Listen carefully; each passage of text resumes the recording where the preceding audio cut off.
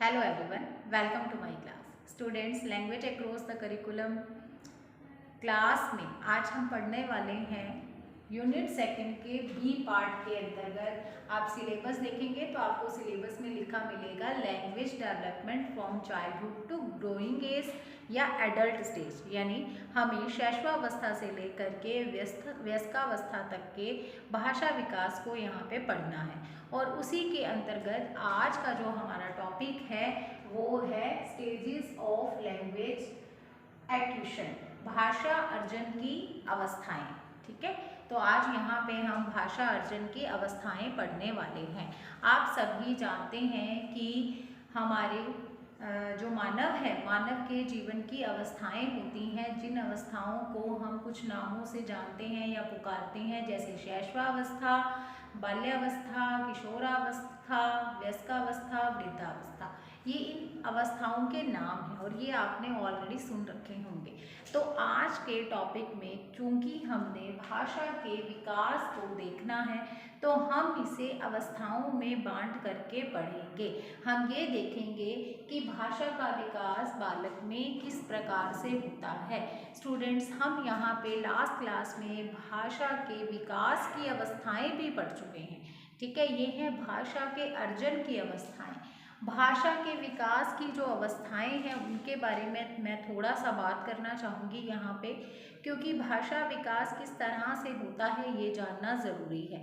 भाषा का विकास बच्चे के जन्म के साथ ही हो जाता है। बच्चे की प्रारंभिक भाषा अगर आपसे पूछी जाए कौन सी होती है तो वो होती है उसका जो रोना है, वो भाषा के विकास की पहली अवस्था होती है, उसका जन्म। जहाँ से उसके जन्म के समय जो वो रोता है, जिसको हम कह सकते हैं उस अवस्था को रुदन नाम देते हैं हम, रुदन या क्रदन, है ना। तो रोना उसकी प्रारंभिक भाषा है। बच्चा जन्म लेते ही सबसे पहले रोता है, नहीं रोता है तो उसको रुला करके देखा जाता है, रुलाया जाता है उसे, ताकि ये पता चल जाए कि क्या उसकी सारी की सारी जो ज्ञानेंद्रियां हैं या जो वोकल कॉर्ड्स हैं, स्वर तंत्र है, वो बिल्कुल सही है या नहीं है। अगर ये स्वर यंत्र में कोई प्रॉब्लम होगी, वोकल कॉर्ड्स में कोई प्रॉब्लम होगी, तब उसका तुरंत इलाज किया जा सकता है जन्म के बाद। तो इस तरह से जब बालक जन्म के बाद रोता है उसी समय उसमें भाषा का विकास प्रारंभ हो जाता है। तो पहली अवस्था कौन सी हुई? रुदन। रुदन के बाद जो दूसरी अवस्था होती है वो होती है बलबलाना। बलबलाना में क्या होता है स्टूडेंट्स? बलबलाना मतलब आपने देखा होगा, एक छोटा बच्चा है, 3-4 महीने का जो बच्चा है वो किलकारियाँ मारता है, या फिर हम ये बात कहें कि जब वो रोता है तो कुछ वर्णों का उच्चारण होता है, जैसे वो एक ही वर्ण को बार बार बोलेगा, पा पा पा पा पा पा पा। और सबसे पहले जो बच्चा जिन वर्णों को बोलेगा वो वर्ण होंगे ओष्ठ्य वर्ण। ठीक है, ओष्ठ्य ध्वनियाँ या ओष्ठ्य वर्ण। ओष्ठ्य ध्वनियाँ हमें पता है जो हमारी वर्णमाला में, हिंदी वर्णमाला में प वाली लाइन है, प, फ, ब, भ, म। हिंदी ग्रामर अगर हमने पढ़ी है तो हमें इतना नॉलेज होगा कि वहाँ पे जो प वाली लाइन है वो सारी की सारी लाइन ओष्ठ्य ध्वनियों के अंतर्गत या ओष्ठ्य वर्णों के अंतर्गत आती है। तो बच्चा इनमें से ही कुछ सबसे पहले बोलेगा, और फिर उसको नहीं पता होता कि वो पापा बोलेगा तो 2 बार पापा बोलना है, वो क्या होगा, पा पा पा पा पा, इस तरह से लगातार वो लगा रहता है। ठीक है, तो इस तरह से ये कौन सी अवस्था है? ये है बलबलाना, यानी कुछ वर्णों का उच्चारण करना, खेलते हुए, रोते हुए, या वैसे ही किसी एक वर्ण को बार बार दोहराते रहना। और ऐसा आप रियल लाइफ में भी देख सकते हैं अगर आपके घर में छोटे बच्चे हैं तो। अब इस स्टेज से जब आगे निकलते हैं, यानी 3-4 सप्ताह का बच्चा बलबलाने की जब प्रक्रिया, 3-4 महीने का बच्चा बलबलाने की क्रिया करते हैं तो ये 6 महीने तक लगभग चलती रहती है। उसके बाद उसके अंदर जो चीज़ें ऐड हो जाती हैं वो है हाव भाव, एक्सप्रेशन। तीसरी अवस्था होती है हाव भाव। हाव भाव यानी अब वो कोई भी क्रियाकलाप करता है तो उसके साथ उसके एक्सप्रेशंस भी शो होते हैं। ठीक है, फिर उसके बाद हाव भाव भी मिक्स होने के बाद अब होगा शब्दों का निर्माण। फिर शब्दों से क्या बनते हैं? वाक्य। फिर होगा वाक्यों का निर्माण, और वाक्यों के निर्माण के बाद जो लास्ट स्टेज होती है वहाँ पे बच्चा अपने व्याकरण संबंधी जो भी दोष हैं उसकी भाषा में उनको सही करता है और अपने उच्चारण को शुद्ध करता है। और ऐसा कब होता है? जब बालक विद्यालय जाता है। ठीक है, विद्यालय जाने पर यानी विद्यालय जाने वाली जो अवस्था है उस अवस्था में जा करके ये जो भाषा संबंधी दोष हैं वो दूर हो जाते हैं। इस तरह से ये 6 स्टेजेस हैं। पहले रुदन, फिर बलबलाना, फिर हाव भाव, फिर शब्द निर्माण, फिर वाक्य निर्माण और उसके बाद व्याकरण संबंधी दोषों का निवारण और शुद्ध उच्चारण। ठीक है, अब यहाँ पे ये तो हमने बात कर ली कि किस तरह से भाषा का विकास होता है बालक में, बालक की प्रारंभिक भाषा से लेकर के किस तरह से बालक शुद्ध भाषा का ज्ञान प्राप्त करता है। अब स्टूडेंट्स, हम आज की क्लास में जो बात करने वाले हैं वो है इन अवस्थाओं के बारे में। हम एक एक अवस्था पर यहाँ पे चर्चा करने वाले हैं। हमें पता है बालक के जन्म से लेकर के जो 2 वर्ष की अवस्था है उसे हम शैशवावस्था कहते हैं। लेकिन यहाँ पे मैं आपको ये बताना चाहूँगी कि ये फिक्स्ड नहीं है। यहाँ पे अलग अलग मनोवैज्ञानिक अलग अलग बात करते हैं शैशवावस्था के बारे में। मनोविज्ञान के अंतर्गत कुछ मनोवैज्ञानिक ऐसे हैं जो जन्म से 2 वर्ष की अवस्था को शैशवावस्था में रखते हैं। कुछ ऐसे हैं जो 0 से लेकर के यानी 0 का मतलब जन्म से लेकर के 4 वर्ष की अवस्था को शैशवावस्था मानते हैं। कुछ ऐसे हैं जो 5 वर्ष की अवस्था यानी जन्म से 5 वर्ष की अवस्था, तो कुछ ऐसे हैं जो जन्म से 6 वर्ष की अवस्था को शैशवावस्था मानते हैं। तो स्टूडेंट्स, यहाँ पे अगर हम मैक्सिमम एक लाइन की बात करें तो वो 6 वर्ष तक जाती है। यानी आप कह सकते हो कि 0 से लेकर के 6 वर्ष की अवस्था जो है वो शैशवावस्था कहलाएगी। तो यहाँ पे शैशवावस्था में बालक किस तरह से अर्जन करता है भाषा का, कैसे भाषा सीखता है, कितने शब्द कब बोलता है, इस पे हम बात करने वाले हैं। तो शैशवावस्था हम सभी जानते हैं वृद्धि और विकास के अंतर्गत सबसे पहली अवस्था शैशवावस्था ही मानी जाती है या शैशवावस्था को ही सबसे पहले पढ़ा जाता है। तो इसी पे ही हम बात कर रहे हैं। शैशवावस्था में भाषा का अर्जन किस प्रकार से होता है, इस बात को समझाने के लिए स्मिथ ने एक टेबल बताई है।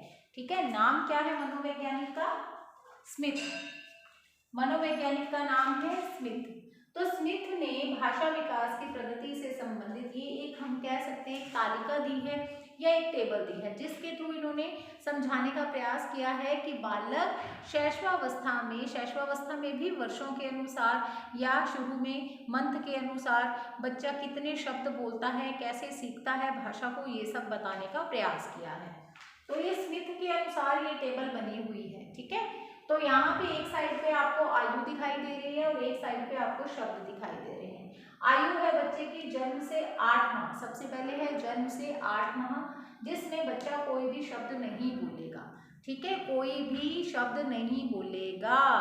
अभी मैंने आपको अवस्थाएं बताई थी तो मैंने क्या बोला था कि जो बलबलाने की क्रिया है वो 3-4 महीने से लेकर के 6 महीने तक चलेगी, उसके बाद हाव भाव उसमें ऐड होंगे। तो इसका मतलब स्मिथ का ये कहना है कि 8 माह का होने तक बच्चा कोई भी शब्द नहीं बोलेगा। वो क्या करेगा, केवल वो 3 स्टेजेस को लेकर के चल रही हैं। रुदन, रुदन के बाद बलबलाना, बलबलाने के बाद हाव भाव। ठीक है, चौथी स्टेज है उसकी शब्द निर्माण, तो शब्दों का निर्माण नहीं हुआ है। 8 महीने तक वो केवल कोई शब्द नहीं बोल रहा, 0 है। फिर 10 माह का जब वो हो जाएगा, 10 महीने का हो जाएगा, तब वो 1 शब्द बोलता है। उसके बाद 1 वर्ष का होने पर वो 3 शब्द बोलने लगता है। 1 वर्ष 3 माह का होने पर वो क्या करता है, 19 शब्द बोलता है। ठीक है, उसके बाद 1 वर्ष 6 माह का होने पर वो 22 शब्द बोलता है। 1 वर्ष 9 माह का होने पर वो 118 शब्द बोलता है।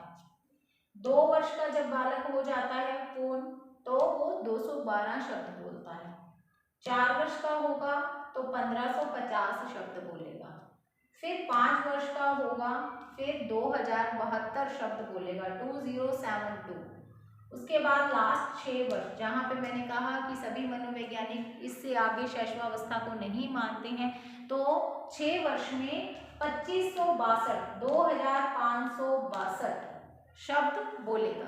अब ये जो तालिका आपके सामने उपस्थित है या आपके सामने प्रस्तुत है, तो यहाँ पे आप देखिए, अब कई बार बच्चे ये सवाल पूछ लेते हैं कि मैम आप ये बताइए कि इनको काउंट कैसे किया होगा। ठीक है, पूरे दिन में बच्चा कितने वर्ड बोलता है, इसको कैसे काउंट किया होगा। तो यहाँ पे देखिए, हम ऐसे नहीं कह सकते हैं कि कोई अपने रजिस्टर या पेन लेकर के बैठ गए हैं और बच्चे को पूरा दिन ऑब्जर्व कर रहे हैं कि कब वो कौन सा वर्ड बोल रहा है, फिर उसको लिख रहे हैं। ऐसा नहीं है, ये केवल अध्ययन से पता चलता है। हम ये कह सकते हैं कि एकदम एग्जैक्ट नहीं होता, लगभग होता है। ठीक है, लगभग होता है। और दूसरी बात, इसको आप फिक्स्ड नहीं मान सकते हो, ये मनोवैज्ञानिक के द्वारा, यानी ये स्मिथ का नाम लिखा है ना मैंने, ये स्मिथ के अनुसार ये तालिका है। ठीक है, हम ऐसे नहीं कह सकते कि हर एक बच्चे का वृद्धि विकास या भाषा अर्जन इसी प्रकार से होगा। आप सभी ने पढ़ रखा है, सभी जानते हो कि बच्चों में व्यक्तिगत विभिन्नता के आधार पर ही सभी वृद्धि और विकास होते हैं, तो भाषा का अर्जन भी उसी पे ही डिपेंड करता है। प्रत्येक बच्चा एक समान अवस्था में एक समान ही सीखेगा, ऐसा नहीं है। बच्चों का वृद्धि और विकास अलग अलग है, बच्चे व्यक्तिगत विभिन्नता के आधार पर अलग अलग हैं। तो हो सकता है कि कोई बच्चा जन्म से 8 माह तक, स्मिथ ने कह दिया कि कोई शब्द नहीं बोलेगा, लेकिन ऐसे भी बच्चे होते हैं जो 6 महीने का होने पर ही शब्दों का उच्चारण करने लग जाते हैं। तो ये सबके लिए मतलब अलग अलग होगा, लेकिन स्मिथ ने ये तालिका दी है तो हमें हमारे टॉपिक के अकॉर्डिंग इसको पढ़ना है, तो आप इसको ऐसे ही लीजिए। ठीक है, तो ये हो गया है शैशवावस्था में भाषा अर्जन। अब शैशवावस्था के बाद जो दूसरी हमारी अवस्था आती है वो कौन सी है, तो वो अवस्था होती है बाल्यावस्था। तो अब हम पढ़ेंगे बाल्यावस्था में भाषा अर्जन।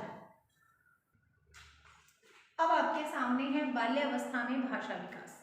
बाल्यावस्था हम सभी जानते हैं कि जैसे हमने शैशवावस्था की बात की, तो शैशवावस्था थी 0 से लेकर के 6 वर्ष की अवस्था, शैशवावस्था हमने मान ली। अब 6 से लेकर के 12 वर्ष की अवस्था जो है वो बाल्यावस्था कहलाती है। ठीक है, बालक। ठीक है, बाल्यावस्था मतलब अब जो शिशु था वो क्या बन गया है, बालक बन गया है। बालक से ही बालक की अवस्था यानी बाल्यावस्था। ठीक है, यहाँ पे देखिए बाल्यावस्था में भाषा का विकास किस प्रकार से होता है। इसमें जैसे हमने शैशवावस्था पढ़ी थी, तो हमने स्मिथ के द्वारा जो टेबल दी गई है भाषा विकास की प्रगति से संबंधित, उसके बारे में नॉलेज ली है। तो यहाँ पे हम जिस मनोवैज्ञानिक के बारे में पढ़ेंगे, जिसके अनुसार दिए गए तथ्यों को पढ़ेंगे, वो है सी शोर।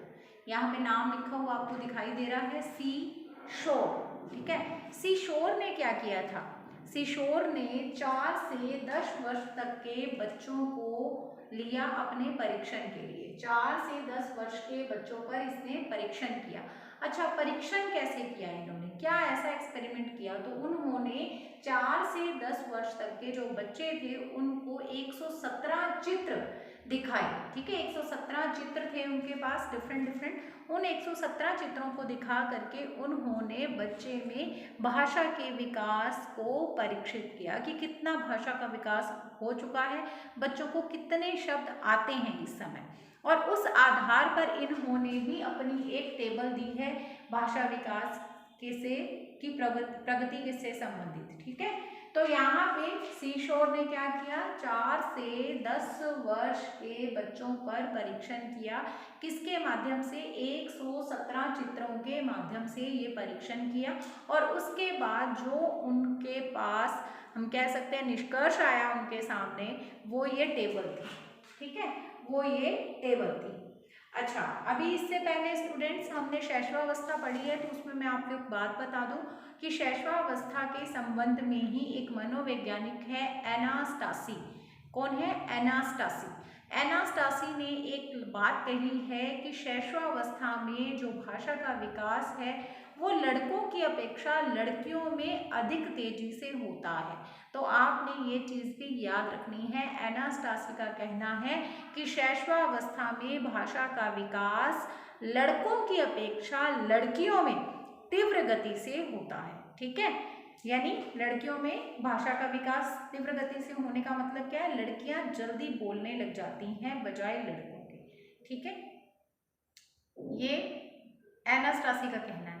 ओके, अब यहाँ पे सीशोर की बात हो रही है क्योंकि आप लोगों के माइंड में चीज़ें आ जाती हैं कि अच्छा ऐसा क्यों होता है और ये सब कुछ है। तो मैंने बार बार आपको मैं एक चीज़ बता दूं, चाहे मनोवैज्ञानिक जो भी बात कहते हैं वो परीक्षण के आधार पर, उन्होंने जो अध्ययन किया उसके आधार पर कहते हैं, लेकिन ओवरऑल चीज़ ये है कि सब बच्चे एक जैसे नहीं हैं। व्यक्तिगत विभिन्नता के आधार पर बच्चे सब अलग अलग हैं। तो कोई एक फिक्स्ड अवस्था नहीं है कि बच्चा इतने टाइम में बोलने लग जाएगा, बच्चा इतने टाइम में चलने लग जाएगा, ऐसा कुछ नहीं है, या इतने टाइम में इतने शब्द ही बोलेगा। ये तो एक ओवरऑल उन्होंने जो अध्ययन किया, जो परीक्षण किया, उसके जो निष्कर्ष निकले, रिजल्ट आया, उसको उन्होंने हमारे सामने शो कर दिया, बस इतनी सी तो बात है। और यहाँ पे सी शोर के बारे में जैसे हमने शैशवावस्था में स्मिथ को पढ़ा था, यहाँ पे हम सी शोर को पढ़ रहे हैं। तो सी शोर ने 4 से 10 वर्ष के बच्चों पर परीक्षण किया, उनको 117 चित्र दिखाए और उसके बाद ये देखा कि इनमें से कितने जो शब्द हैं चित्र में जो दिखाई दे रहा है, बच्चे कितने शब्द बोल पाते हैं, बच्चों को कितना कुछ पता है, इन चित्रों को देख करके वो कितना बोल पाते हैं। अब यहाँ पे ये टेबल है, यहाँ पे भी एक साइड पे आयु है, एक साइड पे आपको शब्द दिखाई दे रहे हैं। अब 4 वर्ष में किशोर का कहना है कि बच्चा 5600 शब्द बोलने लगता है, 5600 वर्ड्स। उसके बाद 5 वर्ष में 9600 यानी 9600। उसके बाद 6 वर्ष में 14700 14700 वर्ड्स। देन 7 वर्ष में 21200 21200। नेक्स्ट 8 वर्ष में 26309 26309 वर्ड्स। 10 वर्ष में 34300 34300। ओके। अब यहाँ पे जो सवाल आता है दिमाग में वो ये है कि मैम यहाँ पे 9 वर्ष लिखना भूल गई है। यही आया होगा आपके दिमाग में कि मैम को तो लिखते हुए पता ही नहीं चला, मैम ने तो इधर देखो 4 5 6 7 8 9 लिखा ही नहीं है और सीधा 10 लिख दिया है। तो इसका मतलब ये तो टेबल मैम ने गलत लिख दी, ऊपर नीचे हो गया होगा कुछ। नहीं, ऐसा नहीं है। यहाँ पे किशोर ने जो टेबल दी है उसमें 9 ईयर्स के बारे में कुछ नहीं बताया है, सीधा दिया है 10 ईयर्स के बारे में। ओके, तो ये एकदम एग्जैक्ट है, एकदम सही है। मुझे पता होता है ना कहाँ से पॉइंट क्या निकलने वाला है, तो मैं पहले ही क्लियर कर देती हूँ। ओके, तो यहाँ पे ये टेबल दी है हमें किशोर ने, जो जहाँ पे उन्होंने 4 से 10 वर्ष तक के बच्चों पे परीक्षण किया 117 चित्रों के द्वारा कि बच्चे कितनी भाषा को जानते हैं या किन किन वर्ड्स को जानते हैं। उन चित्रों को देख करके बच्चे क्या बोलेंगे, उन सबको काम करके ये बता दिया। अब एक सवाल और निकल करके आएगा, वो ये है कि शैशवावस्था में मैंने आपको ये बता दिया था कि 0 से 6 वर्ष तक की तालिका बना दी थी। अब आप कहोगे कि बाल्यावस्था में फिर आपने 4 वर्ष से क्यों स्टार्ट कर दिया? माइंड में आया होगा ना, ये वाला प्रश्न भी आया होगा दिमाग में कि ऐसा क्यों हुआ। तो मैंने आपको पहले ही बता दिया था कि अलग अलग मनोवैज्ञानिक एक जो लिमिटेशन है वो अलग अलग मानते हैं। कुछ कहते हैं 0 से 2 वर्ष की अवस्था शैशवावस्था है, तो उस मनोवैज्ञानिक के लिए जो 0 से 2 वर्ष की अवस्था को शैशवावस्था मानते हैं, उनके लिए तो फिर 2 से आगे वाली जो अवस्था है वो बाल्यावस्था होगी ना। तो किशोर भी ऐसे ही मनोवैज्ञानिक हैं जो बाल्यावस्था की शुरुआत मानते हैं 4 वर्ष से। ठीक है, तो वहां पे स्मिथ ने हमें अलग टेबल दी थी अपने, जो भी उन्होंने शैशवावस्था को 0 से लेकर के 6 वर्ष तक माना था, इसलिए हमने वो पढ़ा था। अब किशोर बाल्यावस्था की शुरुआत 4 वर्ष से मान रहे हैं, तो इसका मतलब हमने ये पढ़ा है। ठीक है, तो दोनों ही जो आपके माइंड में कंफ्यूजन क्रिएट करने वाली बातें थी, मैंने वो उनको पहले ही क्रिएट कर दिया है, क्रिएट नहीं कर दिया, सॉरी, कंफ्यूजन क्रिएट करने वाली बातें थी, मैंने उनको पहले ही क्लियर कर दिया। अब यहाँ पे देखो मैंने एक वर्ड लिखा है मूर्त से अमूर्त की ओर। तो किशोर का क्या कहना था जब उन्होंने ये परीक्षण किया, जो रिजल्ट्स आए उसके आधार पर उन्होंने ये कहा कि बालक का जो भाषा विकास होता है उस पर उसके विद्यालय का, उसके समुदाय का, उसका जो परिवार है उसका, और इसके साथ ही उसकी परिवार की जो सामाजिक स्थिति होती है ना, उसका भी बहुत फर्क दिखाई देता है। यानी भाषा का विकास बच्चे में जो भाषा का विकास होता है उसमें उसकी सामाजिक स्थिति, उसका परिवार, उसका विद्यालय, जो उसका आसपास का वातावरण है वो भी जिम्मेदार है। यानी ये टेबल तो बना दी उन्होंने यहाँ पे परीक्षण करके, लेकिन वो ये कहते हैं कि ये सारी चीजें ही मायने रखती हैं। उसके विद्यालय में उसको किस तरह से सिखाया जा रहा है, उसके परिवार किस तरह से है, उसके परिवार की सामाजिक स्थिति किस तरह से है, या फिर हम ये कह सकते हैं उसका समुदाय किस प्रकार का है, तो इन सब का ही प्रभाव पड़ता है। अब यहाँ पे किशोर ने एक बात और कही है, वो ये कहते हैं कि बच्चा मूर्त से अमूर्त की ओर सीखता है। मूर्त क्या होता है, जो चीज़ें दिखाई देती हैं वो मूर्त हैं। अमूर्त क्या होता है, जो चीज़ें हमें दिखाई नहीं देती हैं वो अमूर्त हैं। जिस तरह से भाषा के विकास से इसको संबंधित करने की अगर बात करूं तो स्टार्टिंग में एक छोटा बच्चा है, उसको हम एप्पल दिखाते हैं और बोलते हैं कि ये एप्पल है, या हिंदी में उसको बोलते हैं ये सेब है। ठीक है, अब फिलहाल हम उसको सेब दिखा करके फिर पूछ रहे हैं ये क्या है, तो बच्चा कहता है सेब है। ओके, लेकिन यहाँ पे क्या है, मूर्त अवस्था चल रही है। मूर्त माने सेब उसके सामने है, इस आधार पर वो उसको पहचान पा रहा है। लेकिन अमूर्त का मतलब वो चीज़ वहाँ नहीं है। अब मान लो उसको आपने सेब दिखाया, उसको पता है इसका नाम सेब है। अब आप उसको ग्रेप्स दिखा रहे हैं, अंगूर दिखा रहे हैं, तो उसको पता है ये अंगूर है, ये संतरा है, ये केला है। अब अमूर्तता किसमें है, अमूर्तता ये है कि आप बच्चे से ये पूछ रहे हो घर में बैठ करके, उसके पापा मान लीजिए पूछ रहे हैं, भाई पूछ रहे हैं, मम्मी पूछ रही है कि बताओ आप सेब खाना चाहोगे, कि आप केला खाना चाहोगे, कि आप संतरा खाना चाहोगे, अंगूर खाना चाहोगे। इस टाइम पे देखो सेब, संतरा, केला, अंगूर उसके सामने नहीं है। उसको क्या करना है, दिमाग में अमूर्तता लेकर के आकर के फिर सोचना है, टेस्ट याद करना है, उसको क्या खाने का मन है और उसके आधार पर उसको आंसर देना है। ये अमूर्तता है। ठीक है, तो यहाँ पे बाल्यावस्था में मूर्त से अमूर्त की ओर भाषा का विकास होता है। ठीक है, बच्चा जब भाषा सीखता है तो सबसे पहले मूर्त चीजें दिखनी चाहिए उसको, जो दिखता है उसके साथ वो शब्दों को रेलेवेंट करता है, और उसके बाद अमूर्तता में भी उसको वो नॉलेज हो जाती है। जैसे हम में भी भाषा का विकास कैसे हुआ है, मूर्त से अमूर्ति तो हुआ है। आज हम किसी भी वर्ड बोलते हैं, कोई भी भाषा बोलते हैं, तो हमें कुछ ऐसे सामने दिखना जरूरी नहीं है, हमें पता है इसका नाम ये, इसका नाम ये, इसका नाम ये है ना। तो इस तरह से भाषा का विकास कैसे होता है, मूर्त से अमूर्त की ओर होता है। तो स्टूडेंट्स, ये है बाल्यावस्था में भाषा का विकास। और अब हम तीसरी जो इसकी अगली अवस्था है, बाल्यावस्था के बाद क्या आती है, किशोरावस्था। तो किशोरावस्था पे बात करने वाले हैं।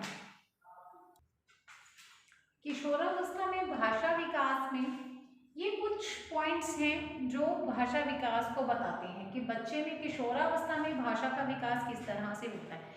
जैसे देखिए, शब्द भंडार में वृद्धि, शब्द भंडार में वृद्धि हो जाती है। अब देखिए, ये जो अवस्था है, अगर मैं इसकी आयु की बात करूं तो यहाँ पे 13 वर्ष से लेकर के 18 वर्ष, और फिर वही अलग अलग मनोवैज्ञानिक अलग अलग मानते हैं। तो कुछ ऐसे मनोवैज्ञानिक हैं जो इसे 13 से 18 वर्ष मानते हैं, तो कुछ ऐसे भी हैं 13 से 19 वर्ष, 20 वर्ष तक भी लेकर के जाते हैं किशोरावस्था को। तो अगर हम स्टार्टिंग एज की बात करें, 13 ईयर्स का एक बच्चा जो है, 13 वर्ष का एक बच्चा है, उसके पास अपना एक शब्द भंडार होता है, बहुत सारे शब्द होते हैं, वो अच्छे से बोलने लग जाता होता है, उसे जो है अमूर्त शब्दों का भी ज्ञान होता है।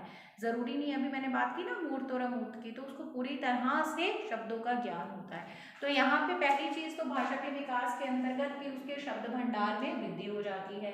अब कल्पना शक्ति का विकास, देखिए कल्पना करना क्या है, कल्पना में भी तो अमूर्तता ही होती है, कोई चीज हमारे सामने नहीं होती, हम इमेजिनेशन करते हैं, तो इमेजिनेशन करने के लिए भी हमें भाषा की जरूरत पड़ती है। ठीक है, तो यहाँ पे एक 13 साल का बच्चा, एक किशोरावस्था का बालक, मैंने स्टार्टिंग एज की बात की है, अदरवाइज हम बात तो कर रहे हैं पूरी अवस्था की। तो इसका मतलब क्या है, एक 13 वर्ष से लेकर के एक 18-19 वर्ष तक का बालक अच्छी तरह से कल्पना करता है। और किशोरावस्था की तो पहचान ही है कि बच्चा हमेशा कल्पना के संसार में खोया रहता है।